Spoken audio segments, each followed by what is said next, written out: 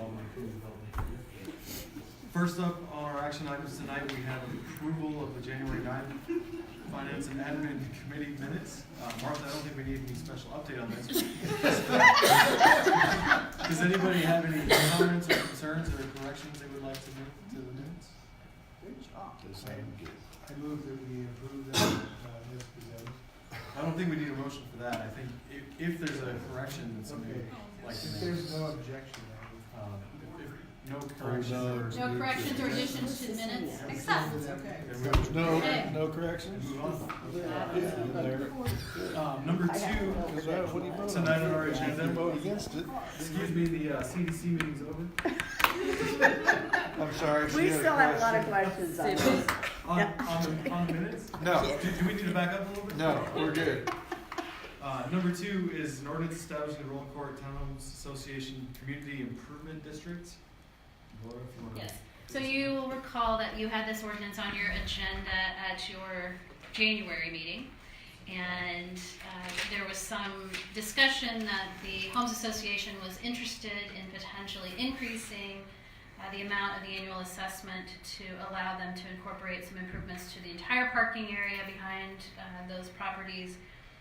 And so we felt as if they could get the support for that, it would require us to submit a revised petition. So we sent the ordinance on the first Community Improvement District, on which you'd held a public hearing, back to committee. I will tell you that they are ready to submit a revised petition. I'll talk about that under item number 3. So there's really no further action that's required on this ordinance. So effectively, I don't think it's anything that the committee needs to discuss or send back to council at this point. So does it just kind of die then? Or?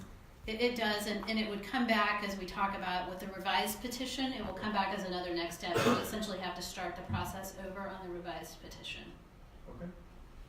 So we'll move on to number 3, which is a resolution called public hearing on establishing a new CID for the Roeland Court Homes Association. So what I handed to you just now is a resolution that looks, with the exception of the highlighted sections, like the resolution that you passed back in December that called the public hearing on the original CID petition that had been submitted. The timing of this has been a little tight, which is why there were no attachments in your packet, but I do have and was able to sit down and verify all of the information that we have received from, updated information from the Roeland Court Homes Association, and they have met the 55% threshold for property owners in terms of square footage and assessed valuation. In terms of submitting a revised petition, which they are interested in doing, the revised petition again would simply increase the maximum annual assessment. So in the CID petition itself, it calls for a maximum annual assessment per property, and that cannot be adjusted without going through the process of establishing a new CID. So I've been working with their board and their property owners. We had to do some additional updates because we passed into a new tax year, and so we had to update assessed valuations on the properties and just make sure that we could kind of tick all of the boxes. I have done that. I have submitted, and so they have 13 out of the 20 property owners who have elected and are in support of moving forward with a higher annual assessment. In the original CID petition, that assessment was $781 a year. We actually presented them with 3 options over the last month or so that they've been looking at. The $781 option, which essentially restored the pavement that was damaged with the subsidence, and kind of tied that into the existing pavement behind the buildings on the far east side, but didn't touch any of the rest of the parking area. The other thing, that the middle option that we looked at, was to basically extend those improvements all the way up to the buildings on the east side, but again not touching any of the pavement on the west side or the drive entrances. That option would have resulted in a maximum annual assessment of about $825 a year versus the $781. If we look at extending and doing essentially a full depth replacement on the east side and a mill and overlay to tie everything in, and so all the pavement looks the same, across the back of the entire property, that brought the maximum annual assessment to $911 a year. So I worked with Sheldon Butchell to send out a draft correspondence that went out to all of the property owners that outlined those 3 options, and then they had the opportunity to vote for those options. And so 13 of the 20 property owners elected to move forward with the $911 a year. So that's about 66% of represents about 66% of the assessed valuation. They need 55% in order for the CID petition to be valid, and so they are over that threshold and are ready to submit that petition. But that means that we have to kind of go back to square one, pass a new resolution to call the public hearing on the project. So I wanted and was able just yesterday to send kind of the whole package of their revised CID petition back out to them. I want the board at a minimum to look at it and make sure they understand all of the changes that are made before they officially submit that to us. But I had an email from Sheldon this morning saying they're ready to go with that. So what I'd like is to ask the council's consideration to let us, I think that they would submit the petition this Friday, and that we would then put this resolution that you have in front of you this evening on as a new business item on your February 20th City Council agenda. All you're doing at this point is calling the date for the public hearing. If we push that until your March meeting, then we're into April to call the public hearing, and May before we would ever be looking at being able to actually establish the district. And I think the more compact we can keep that time frame, the better off that we are. So in just quickly looking at the resolution, I've highlighted in kind of the heading, and I have sent this to our bond counsel for a final review, but they drafted this previous petition. We may need to change the name. I don't know if we can use the same name since we've taken some action on that. So that's why that section is highlighted. It may need to be Roeland Court Townhomes Community Improvement District 2 or something else, just to distinguish it from the first. We anticipate the petition would be filed with the city clerk on February 8th. Then if you flip to the second page of the resolution, the estimated cost of the proposed project is $5.2 million. That's the cost, design, construction of both the city's improvements in the entire creek channel and the Roeland Court portion. And then we separate out the city's portion and the CID portion. So the CID portion is about $400,809. And the total aggregate amount of special assessments will not exceed $20,040 per lot, which breaks down to $911 a year over the 22-year period of the CID. That number was $17,000 and some change in the first resolution. And then you will see an updated attachment C. Everything else in this resolution is the same. The exhibit C on the back has been updated by GBA to reflect those additional pavement and parking lot improvements. Be happy to answer any other questions on that. Yeah, Laura, I have a couple questions. One, the city amount is still the same, is that correct? Yes. City cost? Yeah. And then, before, were there 18 homeowners who had There were approved? 17 of the 20 had signed on and included their signatures on the original petition. So there were four that dropped off. Do you see any increased risk to the city with that change? No, there will be an opportunity once they formally submit the petition that anyone who has submitted a signature can come and withdraw their name. So there's an opportunity between now and the time we hold the public hearing for that number to go down. I think that we've worked so closely with them, and I mean this increase was really done at their request, and so before we sent the ballots out and before we sent the options out, we had a lot of conversation about really what is that threshold, because we've been able, and we spent a lot of time and effort and energy on everyone's part in kind of bringing this group together in this collaborative solution, and I'd hate to see that sort of fall apart. So I think that I think there were, of the 20 property owners, there were 2 that didn't pick any option, so they never responded to the ballot that was sent out. And then there were just, again, 2 that elected to stay with the $781 a year assessment, and 2 that elected the $800, kind of middle of the road.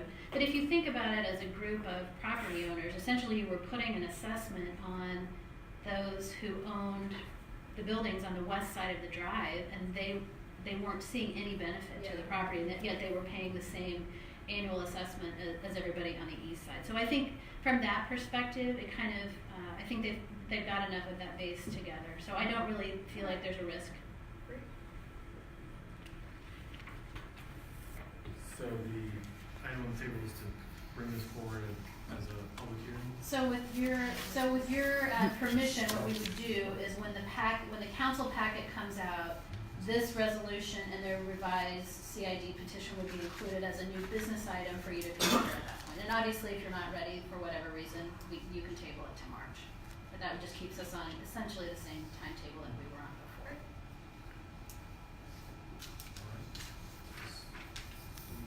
We don't have to do anything formal tonight or anything, so. Next up, we have an update to emergency management ordinance and planning.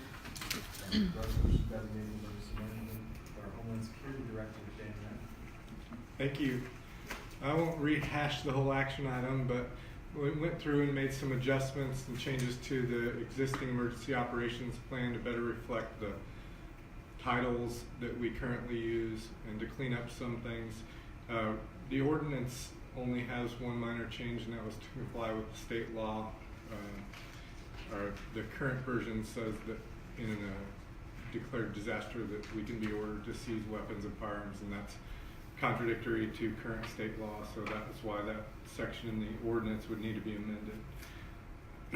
When going through this, some of the factors that I used to consider changes were, again, what we currently use for language and titles here in the City of Mission. Also wanted to remove some of the policies of other agencies that we list in our EOP. It didn't seem practical to have in our emergency operations plan something that we can't change. Also, a lot of which was done to reflect the current practices for requesting assistance from other agencies in the county specifically. Those requests for assistance generally need to be routed through Johnson County Emergency Management if we ever need to request other agencies or private businesses to come in to assist us. The other thing is what is practical for an organization of our size. In the emergency management world, they call them emergency support functions, and there are 15 of them. In an organization the size of the county, they can have somebody sitting at each one of those spots. If we had 15 people in an EOC, there pretty much wouldn't be anybody out there doing the work. So we just need to make sure that those things fit into our organization, how we operate. And the last thing is the information actually needed in the emergency operations plan? So you see things like some things were removed, such as the Johnson County dispatcher's duties when there's a severe weather watch. Well, that kind of hits two things. We don't control their policy, and that really is an information that's imperative to how we operate as a city in the event of a disaster. So those are the factors I use, and I'll be glad to answer any questions you might have. Dan, the matrix on the page, I think it is, it has references to P or S. What's the designation? What does this mean? The P would be, that's the city department that has the primary duty responsibility, and S is the secondary. Okay. I didn't see. It's at the bottom of the very bottom of the matrix. So is it? Oh, I'm sorry, it is. Yeah, you're right. The other question I had is, there were some references in the material to hard copy of various things that were taken out, right? Mm-hmm. Plans and things like that. So the question that came up is, in the event of power outage and things like that, what do you refer to, what do you reference if you don't have a hard copy of some of the maps and things like that? The maps, I think the only maps that were taken out were the floodplain maps. Right. Just because I don't know if we have any value of it when we're responding to a disaster. So the other manuals and things that are in there just Right. simply don't exist. Oh, they don't? Okay. Good reason. We haven't updated, so we haven't done a comprehensive update of this plan since 2004? Yeah. Spent a lot of time looking for the manual. Yes. I was just wondering what happens, what do you refer to if you have things on the internet that you Well- reference as part of an emergency management? We actually do have all these we have everything listed in there that's in the current version are things that we actually do have hard copies of. Okay. So there are two big totes, one for the primary emergency operations center, one for the secondary, Okay. that have all the supplies and reference material Okay. and 2 tubes of maps that are stored. That's what I needed to know. Thank you. And you'll have generator capabilities at your emergency operations Okay. center, so you're, Yeah, I mean, that's- barring the internet is down entirely, you Right. will have some access electronically to some of those records. Then I just noticed on like section 250.050, they are referencing, and that's like on page 70, like Mayor Pro Tem, which a lot of that had been taken, that language had been taken out. It's just a typo thing. And then I saw that Laura McConwell was still on here on page 76. Is that the previous version? I think when we were having, since it's and I don't understand the intricacies of this, but Martha and I were talking at some point because it's an amendment. Well, there was a copy in, I'm sorry, of an original resolution, I'm not sure what page, that, Is that what you're looking or at? an original ordinance that she actually. Which was She your would've section signed. about, Yeah. about Mayor Pro Tem, with 250, what did you say? Oh, 250.050, Yeah, that's something that she signed originally. because I didn't see her signature or anything on it, Well, no. but no big deal. Because the old document was behind, right, there was the new one. Yeah, this Is is, So that we'll what I- double check. We did, I know that we went through the emergency operations plan and tried to change the Mayor Pro Tem language to council president, since that's the terminology that we use. And so we may not have, we'll double check and make sure we caught it Yeah, every definitely. place in there. this is a red line version that has Mayor Pro And then where did you see Laura McConnell's? On page 76, right after 250.0.260. Yeah, I think that's the red line too. 250.260? Yes. Right after that. Just for her signature Yeah. again. Yep.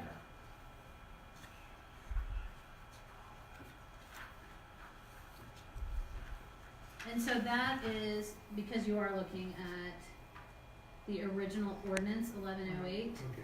that was passed, and so she would have signed that Okay. ordinance at that time. And so, once you pass an ordinance, it becomes these code sections, and so the ordinance that Ron will sign, will then just amend those other specific sections. Okay, So all right. it does create some confusion there. Okay, thank you.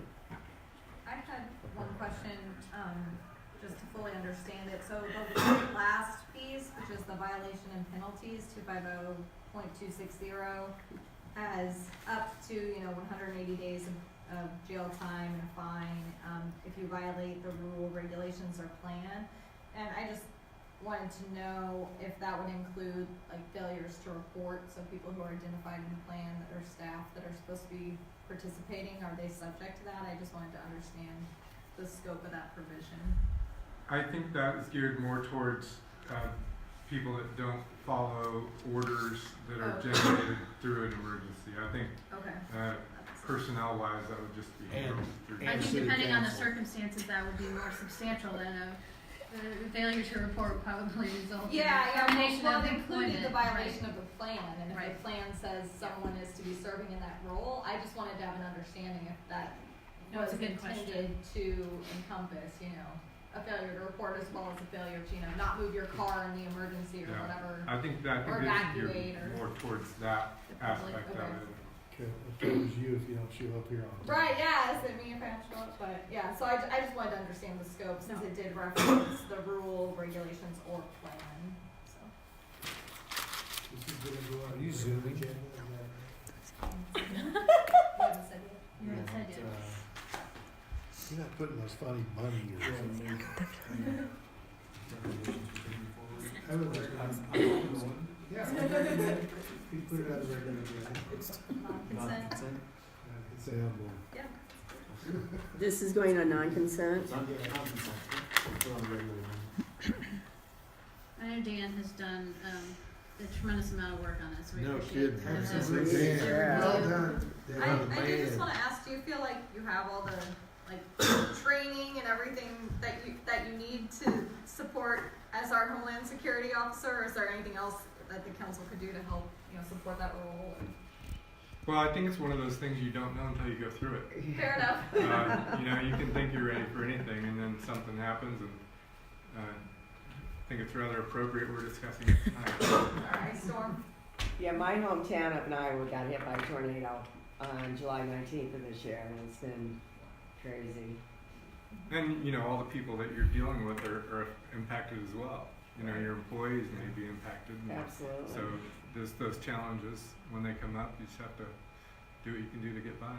Well, when that herd of zombies that started growing in Missouri, 'cause we all know it's gonna start in Missouri, made its way to the woods, and started getting in the fairway, I know I'm calling you, so. All right, I'll be ready. I get my silver bullets. The other thing, and I think you all know this, but that, this is, the emergency operations plan is really written for the highest level emergency that we would ever experience, and particularly those situations where we would be trying to recover some sort of state or federal funding and reimbursement for our disaster recovery efforts. There are incident command situations and emergency operations situations that the law enforcement and our other public safety personnel participate in all the time that absolutely don't trigger the same level of response. You have to have a format and a platform to start with. Yeah. After working the first month of Hurricane Katrina, I can tell you there were people that were completely prepared, and they were never prepared for anything like that, so it would be the same. Thanks for your work. Yeah. So the packet actually is the ordinance, the adoption of the plan, and then a resolution that would designate Dan specifically as that position. And our goal there is really just to create that public record. I mean, he serves in that capacity, but trying, as we go forward, if somebody wants to come back and look and say, how do we do this, who is it, that we can search that in the minutes. Great. Next up, we have an update from Chief Hadley on the purchase of a new police car. So while I'm walking down, Dan did do a really good job with this, I will say. And Dan and I sit around sometimes and we talk about something as simple as the Wellington incident that we had a couple of years ago when the next SWAT team was up here. We set up incident command with them. But we run through situations, anything from ice storms, snowstorms, tornadoes, planes that may try and land on Johnson Drive, or if there's a train derailment down the other side of I-35 in Lamar, and you got a lot of hazard stuff on there, and that's in the air going south. So Dan does a lot more than just ice storms, and I appreciate all that. So, cars. This is one of the most bizarre accidents that we've dealt with, not as far as the accident itself, but the insurance. You will notice that there are a couple of different numbers that are mentioned in here. And the reason why is that one of our investigators was driving down Shawnee Mission Parkway, coming up on Lamar, rented a car, and we weren't sure if it was totaled or not. The insurance company wanted it towed from the overflow parking lot out here to a salvage yard, and we could not get into the vehicle. They wouldn't let us in. So we had to wait, and that was on January 4th. This has been going on all the way up until last night. We were finally given permission to get inside the vehicle, and we don't know if our equipment works or not. which is why you're gonna see a couple numbers, and I told Laura that I would verbally explain all that to you now. We did find out the car is a total loss, but we do not know yet what the insurance company is gonna write a check for. So my job at this point is to tell you that staff support went out.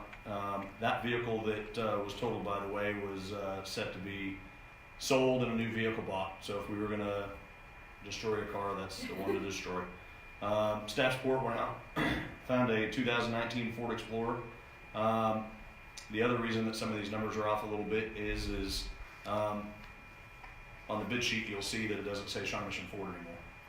It says Bob Allen Ford, and that was effective this last week when we met with a few other Ford dealerships due to some issues that we've had.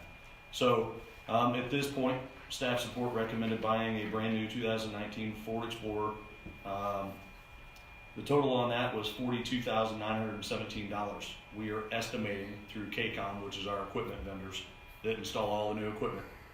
Once we can plug in the mobile radio and the lights that we pulled out of the old car and the siren box to see what's going to work, the estimate is that it wouldn't cost more than $3,000 to replace any damaged equipment.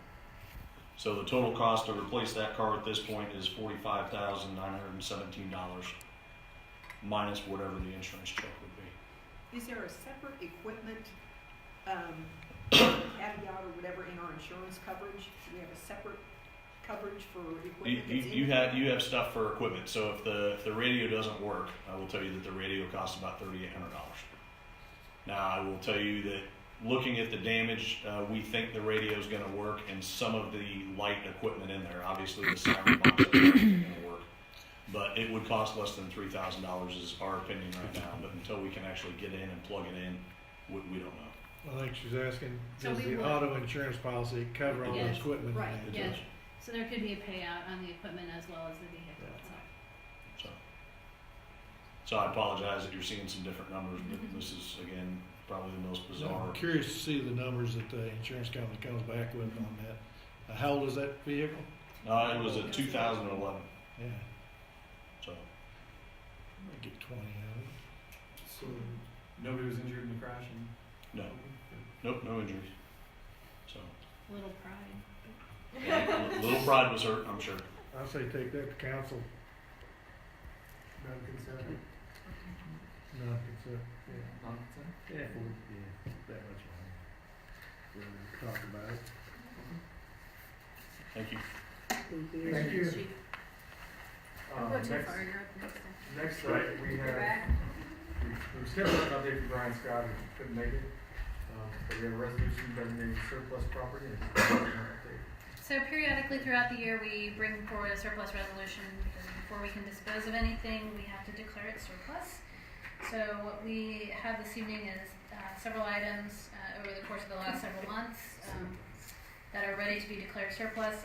You will also see some vehicles and equipment in the Public Works Department that are scheduled for replacement in 2019. I'm not sure of the timing of that, and so we will go ahead and declare them surplus and continue to use them until whatever point we actually replace that equipment. And so that's true for the really everything that's included on the Public Works surplus list. You see the 2011 Ford Explorer on here. I know that Brian did plug in a value of about $7,500. He just went and pulled that from a Kelley Blue Book situation, so we may do, I think we'll probably do better than that. But I know that the council has wanted to see those values. The other equipment, the phone system and the surveillance camera system were of such an age and condition that there really is nominal value, and so I think we're probably lucky we aren't paying somebody to take them from us. But those will be disposed of appropriately once they are surplus. And then the worst of the worst chairs in the lobby will be disposed of as well. So I'd ask for the council to move that forward. And I know that the mayor did comment, we haven't caught this. It's time for us, we certainly need to update our council policy 111 because we do have a section in there that talks about running a 1-week classified ad and the a star for that, and that has not been our practice of late, and the Johnson County Sun doesn't even exist any longer. So we'll revise that policy and bring that back. I say we move this to the consent agenda. Consent, yes. Billy Joe. And last but not least, we have another update from Chief Hadley, on request for additional funding for mental health co-responder program.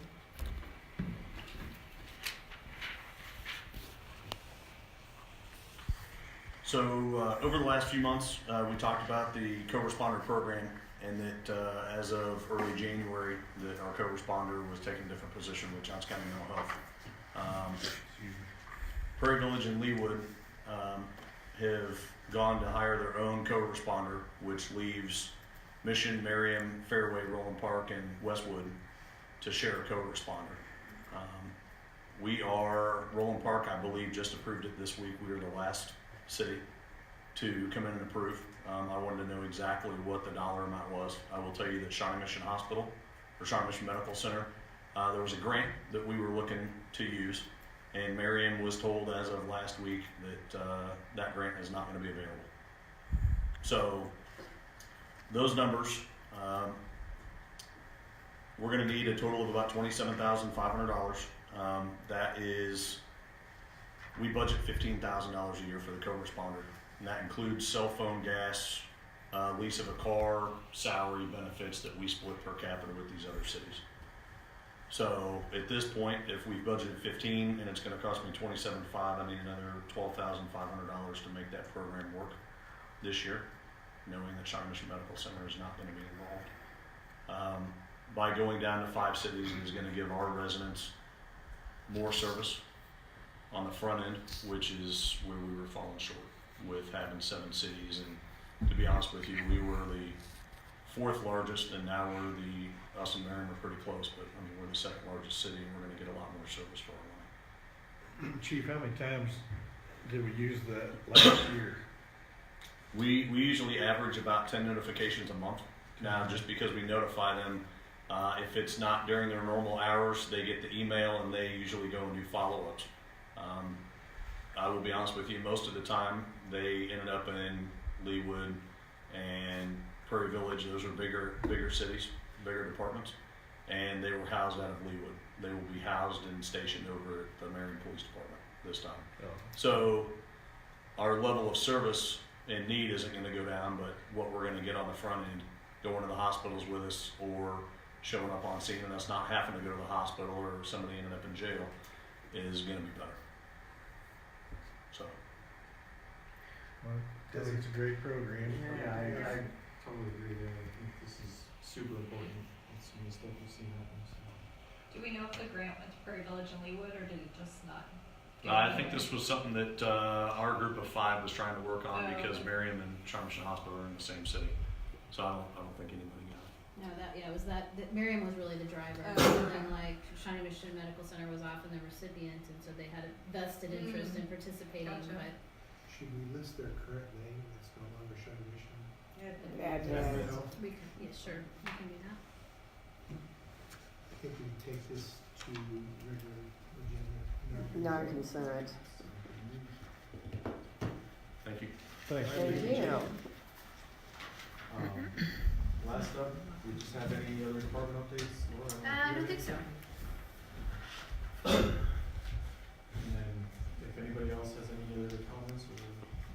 I had a comment. I just wanted to share, in case everyone hadn't heard yet, that Council Member Rothrock has been selected for the Shawnee Mission School Board's strategic planning group. I don't know if that's the official name, but they're ranking about 30 community members. Is that right? From all across the district, and RC will be one of them. So Congratulations. Why haven't you shared that?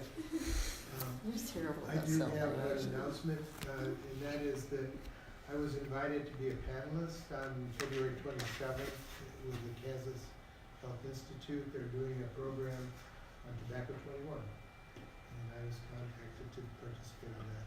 Very cool. And good choice. Well, I guess I should make an announcement, just because everybody else is. So next week I'm going to go to Florida, and for Valentine's Day I'm taking my wife fishing. Hey! You're so Alright, well, if there's nothing else, then we can go ahead and adjourn. All right. Good. Good job. Yeah.